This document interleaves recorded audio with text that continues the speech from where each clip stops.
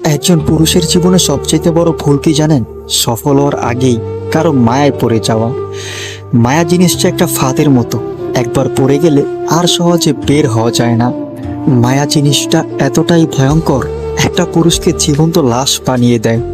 মায়া জিনিসটা এতটাই ভয়ঙ্কর, একজন পুরুষ যখন কোনো নারীর মায়ায় পড়ে যায়, তখন সে তার জীবনের সব কিছু হারিয়ে সেই নারীকে যতই ভোলার চেষ্টা করে, কোনোদিনও সেই নারীকে ভুলতে পারে না।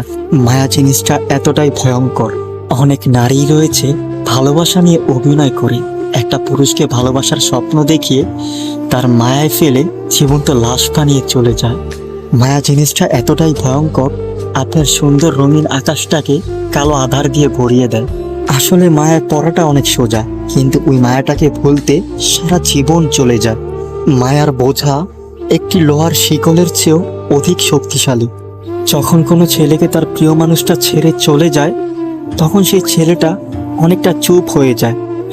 সবাই তাকে নিয়ে হাসাহাসি করে। আসলে তারা যদি বুঝতো যে মায়া জিনিসটা কতটা কষ্টদায়ক, তাহলে হয়তো বা তারা আর সেই ছেলেটাকে নিয়ে হাসাহাসি করতো না।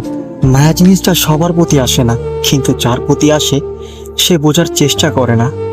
তাই তো একবার মায়া পড়ে গেলে সেই ছেলেটার জীবন শেষ করে দিয়ে যায়। তাই তো প্রতি রাতে হাজারো ছেলে আফসোস করে বলে, জীবনে আর যাই হোক, কারো মায়ায় পড়া যাবে না। তাই একটা পুরুষের জীবনে সবচাইতে বড় ভুল হলো অল্প বয়সে কারো মায়ায় পড়ে যাওয়া।